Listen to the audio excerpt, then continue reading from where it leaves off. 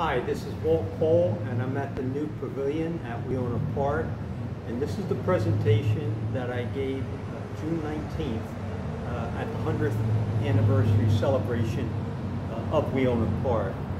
This presentation will consist of 4 parts. I'm going to talk about the events leading up to the building of the park in 1921. I'm going to talk about what Weona Park was like in 1921, 100 years ago, the first year of the park. I'm going to talk about the historic Densel Carousel, and then I'm also going to talk about the history of the park from 1921 to the present. So, what were the events leading up to the building of this park? And why 1921? Why not earlier? Why not later? What did the park look like in 1921? What activities took place during that first year, 100 years ago, in the park? Now, I decided in this presentation to do a different type of presentation. I decided that I would do a role play, being the role playing of Howard Young. Now, Howard Young was a former quarterback, captain, and coach of the famous Pinata Tigers, who in the early 1900s had a record of 119 and 3. He was also the first park manager and was the park manager from 1921 to 1948. So for 27 years, he was the park manager. Now this presentation may be a disaster because I've never done a role playing before, so we'll see what happens. I want you to imagine that you're listening to Howard Young in 1921, it's Labor Day, 1921. You're the visitors at the park. So here we go. Henry? Are you there, Henry? He must be at another part of the park. I was hoping that Henry Parsons could talk to you. Henry Parsons was one of the leading innovators of this park. He spent so much time and money and equipment, his love of the youth, and he was the first president of the Pinata Athletic and Park Association. Well, maybe he'll show up later on, but I was hoping he could talk to you. By the way, he and his brothers had 4 quarries in Pinata, and his #1 quarry was called the Golden Rule Quarry. So he was a guiding force in the creation of the park. As I reflect on the first summer at Weona Park, I am so proud of my town, so grateful and proud the accomplishments that our town has done in the past year and a half. Pinata was a tight-knit and prosperous community. In 1921, you know this, we had 14 quarries, we had 5 hotels, we had 7 churches, we had 2 railroads, one at the northern and southern ends of the town, and you also know that we were a major repair station for the Lehigh-New England Railroad. We know that the residents of Pinata worked in Pinata, they shopped in Pinata, their social activities were in Pinata. And in the summer of 1921, most of their social activities were right here in Weona Park. A lot of community spirit, all walks of life volunteered to put this park together. There was no outside help. There was no tax money involved. It was a true labor of love. So now it's Labor Day. Let's recall back to the events leading up to the founding of the park. You know that since the 1880s, the adult baseball teams and also the Pinata Tigers later on in the early 1900s played at Albion Commons Field. Now, Albion Commons Field is on West Main Street.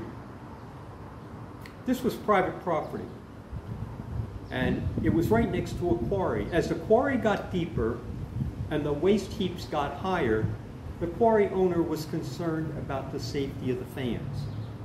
So he said in 1919, I'm sorry, we're not going to be able to allow you to use, for safety reasons, Albion Commons for a field. We had to look for a new field. I called for a meeting. I see some of you folks attended that meeting. I didn't know what would happen. I didn't know what the support would be, but 115 people showed up at that meeting looking for where could we possibly have a new field. I couldn't believe the interest that the town had at that point. During the meeting, Reverend Mershon, the pastor of the Lutheran Church in Pinata, suggested, instead of an athletic field, why don't we build an athletic field and a park? Well, everybody felt that was a great idea. But where will we build it? Space is limited. We were fortunate that in the eastern section of Pinata, there were 3 property owners that were willing to sell their lands. So we purchased 17 acres of land for $5,000. This land was described as unsightly bog and brush patch. Many trees, much brush had to be cleared out. There were springs going through the park, the future of the park. Certainly we had a lot of hard work to do. But I thank you people that volunteered to build this.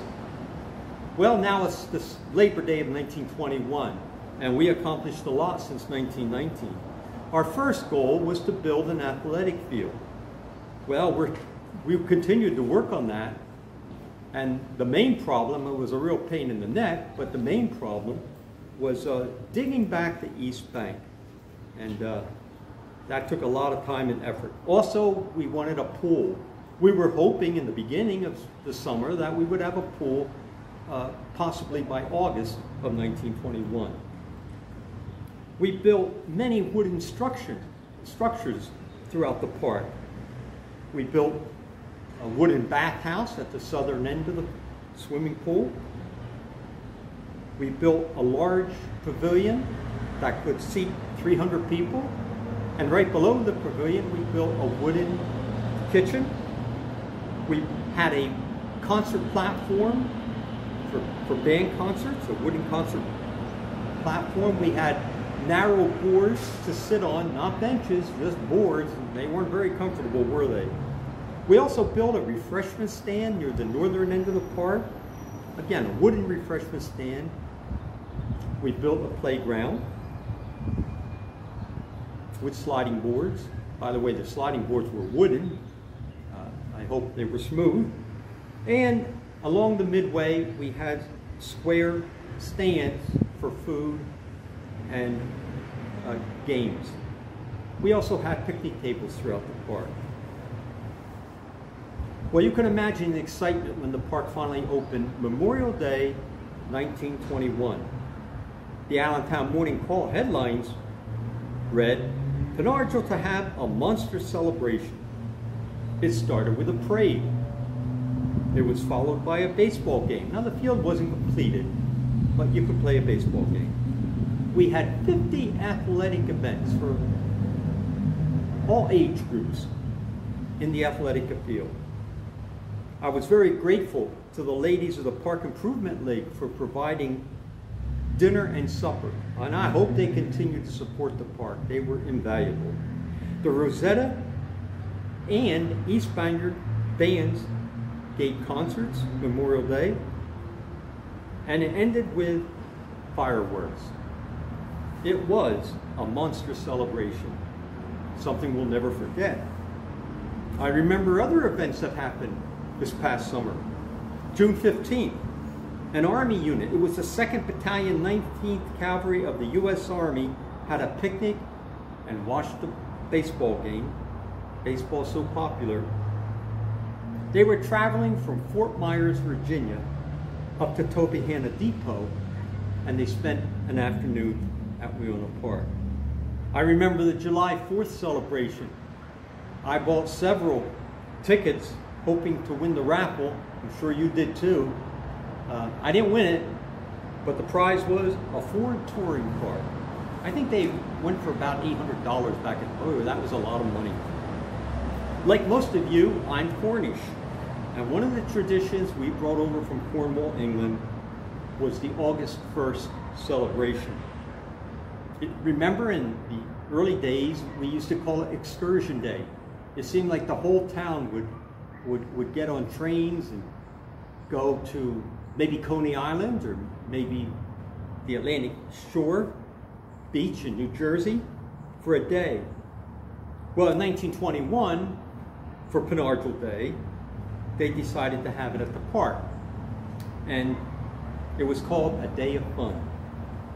Factories closed, businesses closed, and everyone had a good time.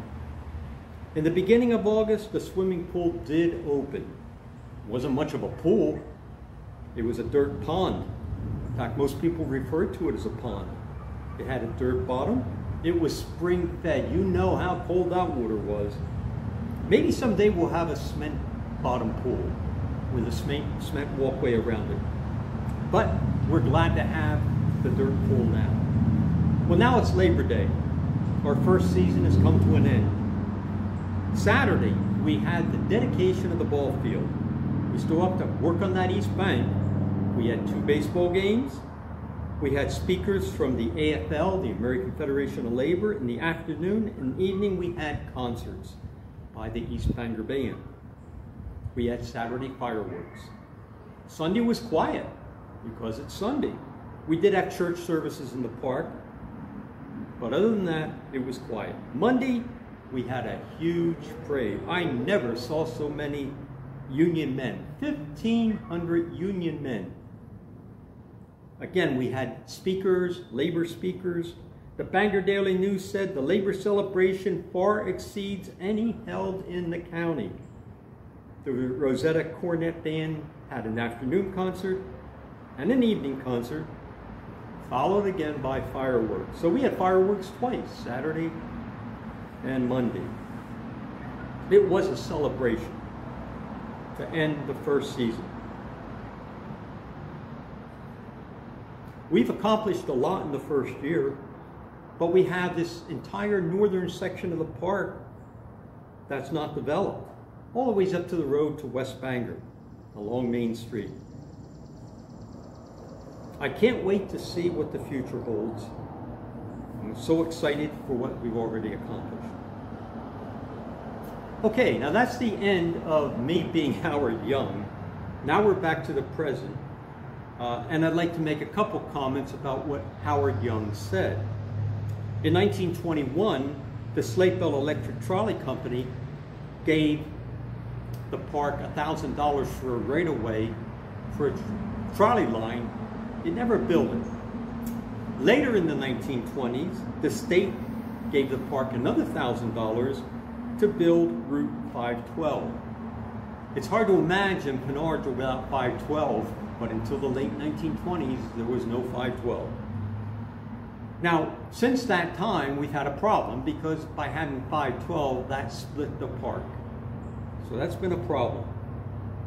In 1921, if you looked near where Kim Caesar's auto sales are now, Joseph Kello had a slate-sided home. Now, Joseph Kello was the man, he's the founder of Pinata. He's the man that discovered slate in 1854. And his first quarry was just below the new fire hall across the street. I said Pinata had 5 hotels. Well, 2 of them were near the park.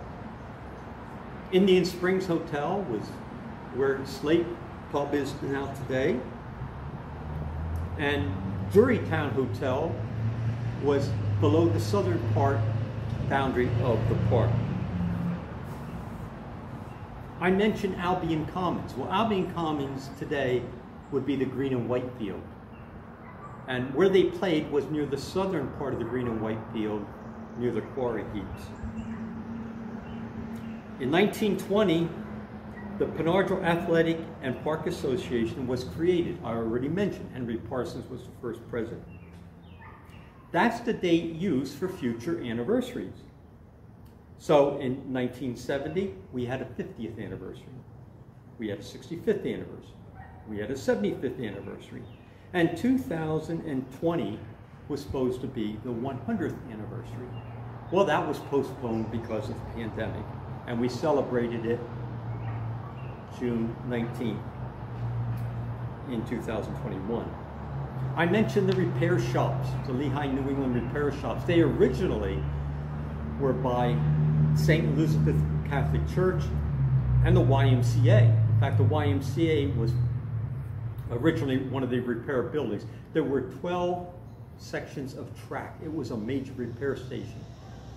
And in the mid-1910s, it was moved from there to between Pinata and Wind Gap behind Penn, Jersey, and you can see the large yellow building, the large red building when you go from Pinata to Wind Gap.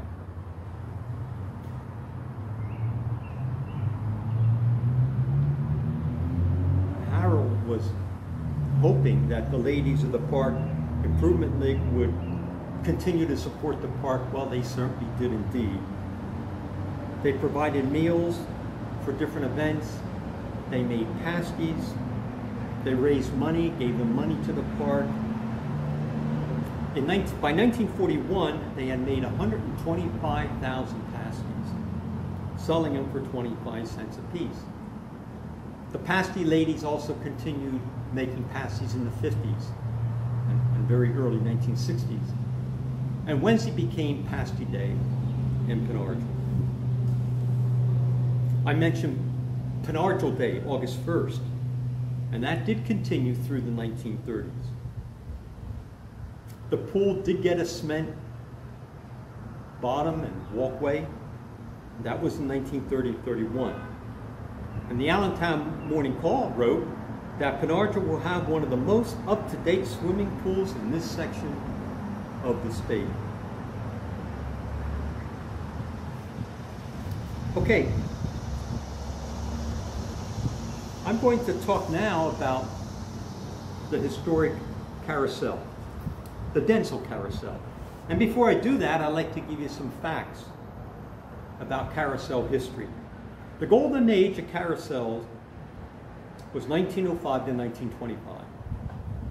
Companies only made between 2 and 5 dozen in their existence. Most of the animals were horses, since they're popular with children.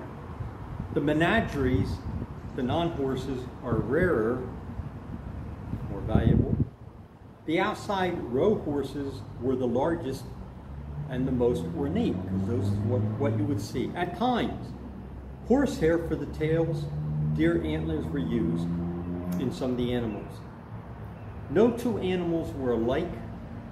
They were so authentic, their expressions, their muscles, their veins. One person wrote, the only thing that's missing is the smell of a horse. Going on a carousel ride was called a trip to nowhere.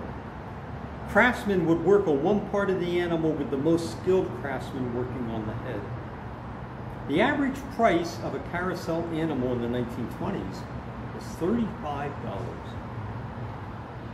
Skilled craftsmen received little pay and little recognition. At one time, there were 7,000 to 9,000 carousels.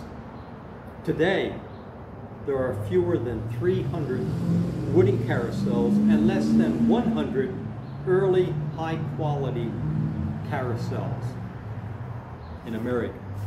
What caused the decline of carousels? Well, floods, fires, neglect, park closings, selling off individual animals. For example, in a hurricane in 1938 along the Atlantic coast, 12 carousels were destroyed. Coney Island at one time had 22 carousels. Today it has 1. During the Depression, the carousel factories closed up and the craft died out. Today, animals are made of aluminum and fiberglass. Pennsylvania has the largest number of early carousels. Today, there are only 25 Densel carousels in America. So this is a Densel carousel. The plaque says William Densel. Well, William Densel was the son of Gustav Densel, and Gustav Densel was America's carousel pioneer. He was the father of America's carousel. He arrived from Germany in 1860. He settled in Philadelphia.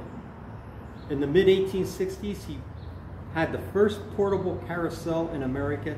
It was little more than park benches on chains, suspended by chains, that he would take around to different carnivals and events. In 1867, he built the first major park carousel in America. In 1870, he founded the Densel Carousel Company. It was the first full-time carousel business in America. It was a 3-story factory in Germantown, Pennsylvania. From 1870 to 1928, the factory remained in business, and it was the longest operating carousel company in America. He employed the finest German and Italian craftsmen. The finest German one was Daniel Mueller. The finest Italian craftsman was Salvatore Cernigliero. In 1881, he built the first steam-driven carousel in America. Now, in 1909, Gustav died, and his son took over the business, and the business even grew and prospered under William Densel's leadership. So in 1921, when Howard Young first opened the park and was as a park manager, there was no carousel. So imagine the discussions by the Park Athletic and Park Association about, how should we expand the park? Could we afford a carousel? How would we ever pay for it? It certainly required a leap of faith to purchase a carousel. So this was purchased from William Densel.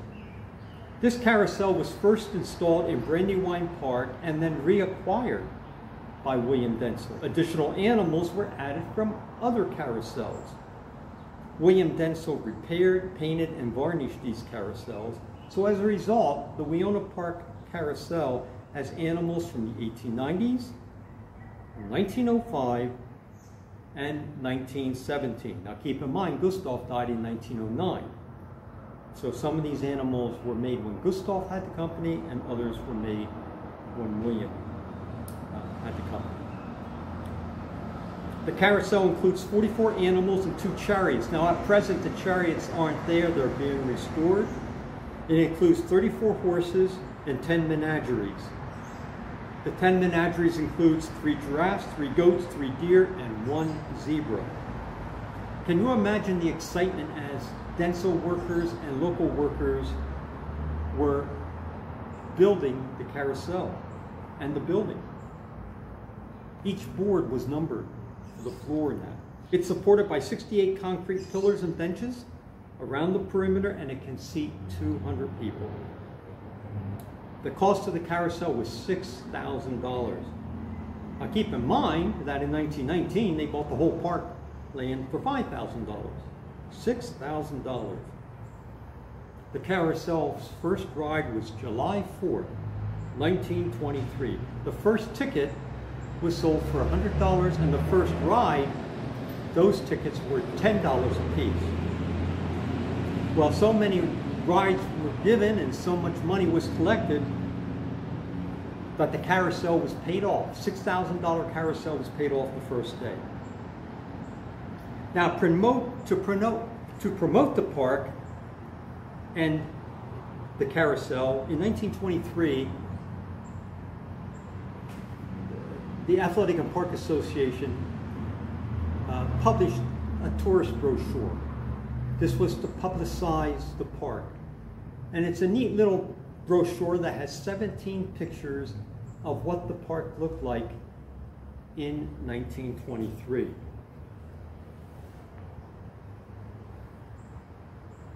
In 1970, the 50th anniversary, there was another brochure made. And this included the 1913 one with the 1971. Again, pictures and activities of what the park was like in 1970. Now, for the 100th anniversary, I published the 100th anniversary of Weona Park, and both of these brochures, the 1923 one and the 1971, are in the book. So getting back to the carousel, this is a stationary carousel. The animals do not go up and down, and these are the earliest type of carousels and the rarest type of carousels. It is one of only 3 early Densel carousels with original factory paint. Many parks would have untrained workers paint the animals at the beginning of each season. Some animals might have 50 coats of paint. Well, fortunately, throughout Pinata's history, the park's history, no one ever painted the carousel animals. For many years, the carousel animals at Hershey Park were painted brown, Hershey chocolate. The original carousel had a band organ, which was lost disappeared in the 1960s. The carousel also had brass rings at one time. If you were good, you might get 1. You might get 2 on one loop. A really good person might get 3 on one loop. For the 65th anniversary in 1985, Chris Cohan, who's a Pinata graduate, replaced and painted the center cylinder. Now, the center cylinder originally had alpine scenes. Later on, it was just painted solid colors. The alpine scenes were gone. Now, Chris Cohan was a Pinata graduate. He's the president of the art barge at the Victor D. Amico Institute of Art at Amagansett, Long Island, up in the Hamptons. So he constructed new panels. All the other panels were just in too bad shape. And he painted outdoor scenes. He spent 6 days working about 12 hours a day. In 1999, the carousel was listed in the National Registry of Historic Places, and it was eligible for grants. As you walk up the steps, you see a plaque on the white right entrance to the carousel. A sprinkler system has been installed and an alarm system is in place. Now, in 1997, they started the restoration of the carousel. They hired Lisa Parr. She was a restoration artist from Highland Park, Illinois. At the time of the restoration in 1997, the beginning of the restoration, she had restored over 400 animals in a 30-year career. 2 animals were restored at Weona Park. The others were restored in Illinois. The cost was between $1,700 and $3,300 per animal. It would take between 100 and 150 hours per animal.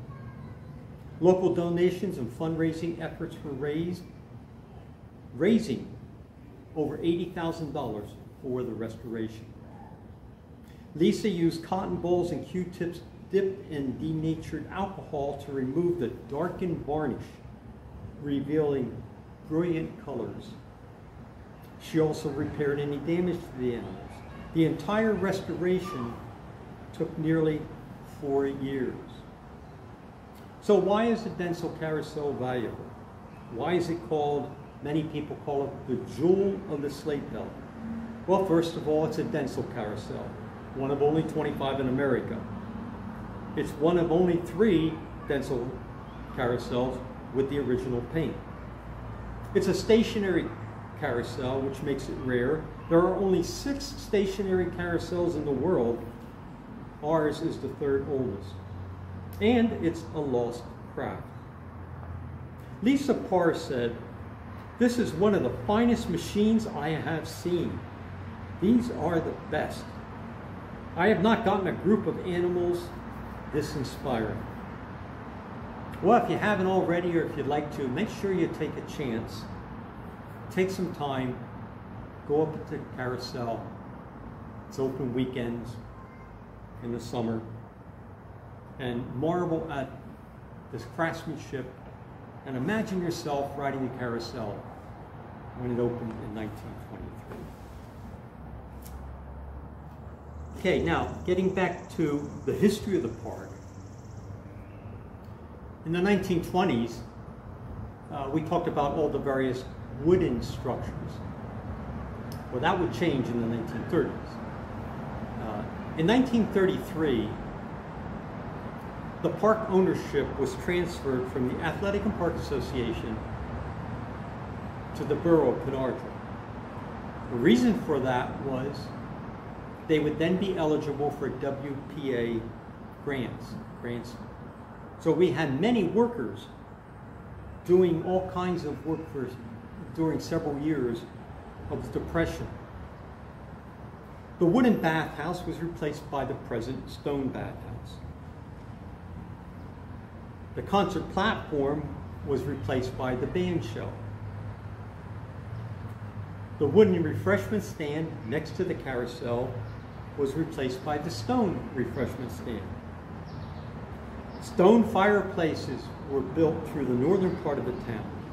There were also electrical work, culverts to control the springs. They cleared the area, they planted new trees, a lot was done. So I mentioned the 100th anniversary history of Weona Park. 137 pages, 8 pages of timeline, 14 pages of memories. I interviewed 35 people about their memories of the park. 22 pages of pictures. This book is for sale at the Heritage Center, or you can contact me. All the profits go to Weona Park.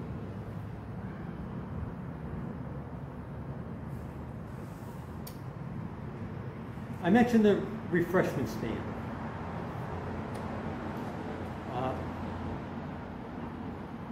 When I was growing up in the 50s and 60s, the Beehive in Bangor was where people went in the fall, winter, and spring, but in the summer, they came to the refreshment stand. And it was just wall-to-wall people from the refreshment stand out to the arch at the entrance of the park. Hundreds of kids. They would have food served in the snack bar. They would have a jukebox. In 1959, they built a cement patio for dancing. And by the way, the Pinata class of 1959 sponsors the Swing at the Stands every summer, one day, to relive the memories of their youth when they enjoyed themselves at the park. Now, when the swimming pool was open, the refreshment stand also provided snacks and so on for swimming. At the top of the refreshment stand, you have 4 panels painted. And Suzanne Moyer, an art teacher when we got middle school, had students paint the panels of various seasons, the 4 various seasons. There are other paintings that were done throughout the park. On the south side of the hamburger stand, Suzanne Moyer also did a scene with her students there. Jan Delby did a scene at the refreshment stand at the swimming pool. And more recently, the north side of the community center has a scene painted, and also the west side of the sausage stand has scenes. So there are different paintings that throughout the park. The golf course was opened in 1930. At one time, right in front of the carousel, we had a kiddie Ferris wheel, and where the round stone flower area is, there was a kiddie car ride. Both of these probably broke or couldn't be repaired, and so they're no longer there. Many groups through the years have helped support the park. I already mentioned the Pasty ladies, the ladies of the park improvement. One group that did a lot of work were the Pinata Park Pals. Weona Park Pals. They sponsored events that, like Not Too Scary Halloween, or craft shows. And they raised money over a 20-year period. They raised $54,000 to support every part of the park. And as you look at the playground, this modern equipment at the playground was purchased by the park pals. But every aspect of the park received something. At one time, from 1959 to 1966, there was a kiddie train that started at the northern end of the playground. It went down the midway. Now the sausage stand wasn't there, and the youth center wasn't there. Community center wasn't there. Went around and went up between the park, playground, and the road, and it would make two loops. Eventually, that was stopped in 1966. Again, I think it was too difficult to keep it in repair.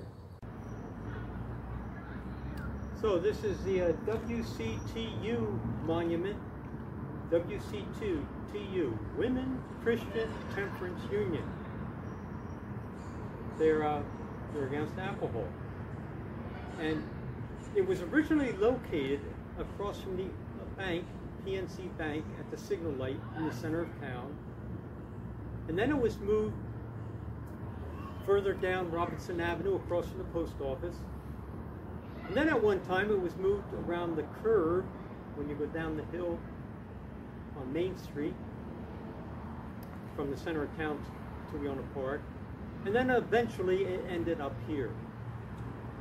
So it was made in 1911. Now originally it had a dome, circle, ball, but that was vandalized several years ago. So it says, nature's beverage fit for man and beast. And you can imagine in the early 1900s, horses from the large bowl, basin, and then on the side were for people to drink. So this is the monument, the Wctu Monument. Behind it is the hamburger stand. It was the original kitchen. It was remodeled many years ago by the fire company. Did a lot of things for the park, and a lot of contributions over the years, and they remodeled it. And they also, later on in the 1960s, they had the sausage stand. Below that, you had what was called the youth center. It was supposed to be a youth center. It never became that popular. Today we call it the community center. The Patsy ladies gave a lot of the money. In fact, there's a plaque inside recognizing their efforts to build this.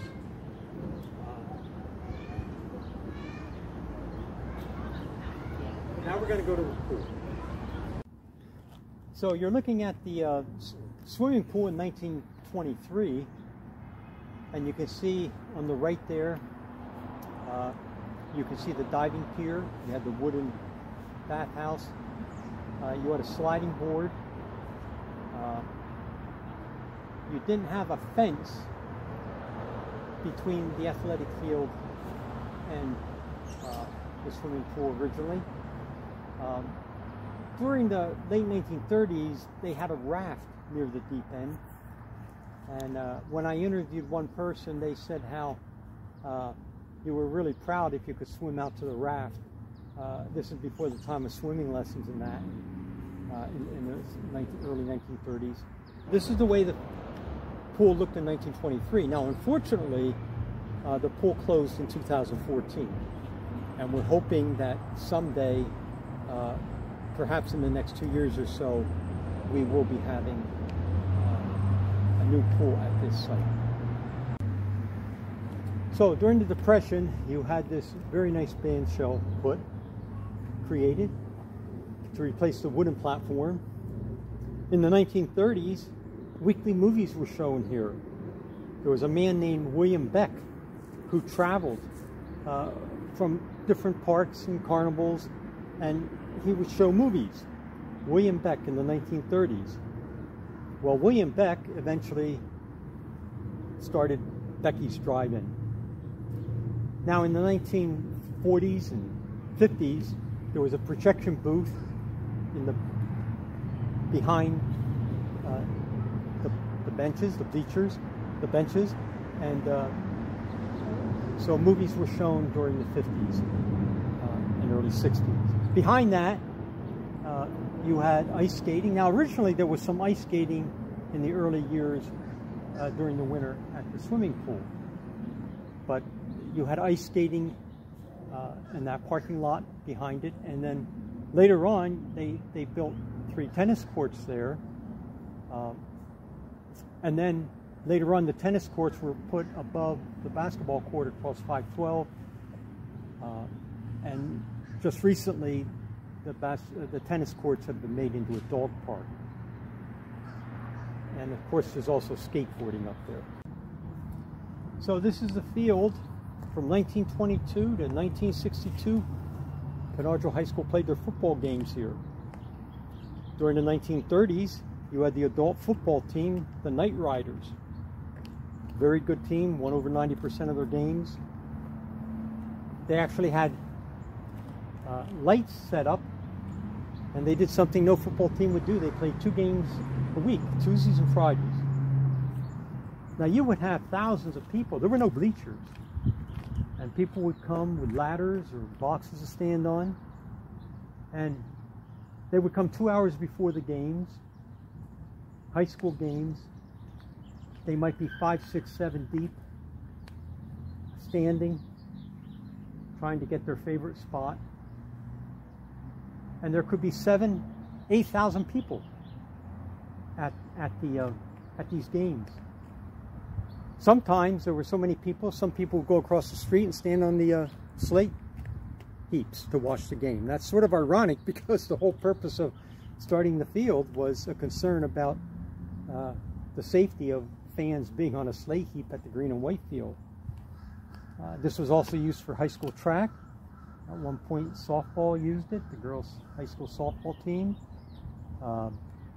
Adult baseball team, Babe Ruth baseball teams. They had Babe Ruth tournaments here. But it wasn't until 1948 that you had the bleachers. The trees weren't there. You had a small press box. You had the bleachers. However, they're in disrepair since 1962. Now in 1947, the Pinata Exchange Club raised $4,000 to make this entrance gateway. They dedicated the gateway November 11th, Armistice Day or Veterans Day in 1947. This gate had an arch over it. It had metal gate doors, which are no longer there. You can see the ticket booths on each side. The arch was destroyed in the 1960s when one of the carnival rides went through and damaged it.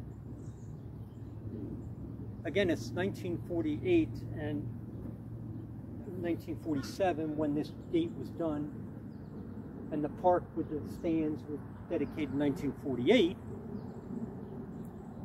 But they put this quote, again it's after World War II, "May this noble edifice remind those who are instrumental in guiding this nation's destiny of the utter folly and great human sacrifice of armed conflict."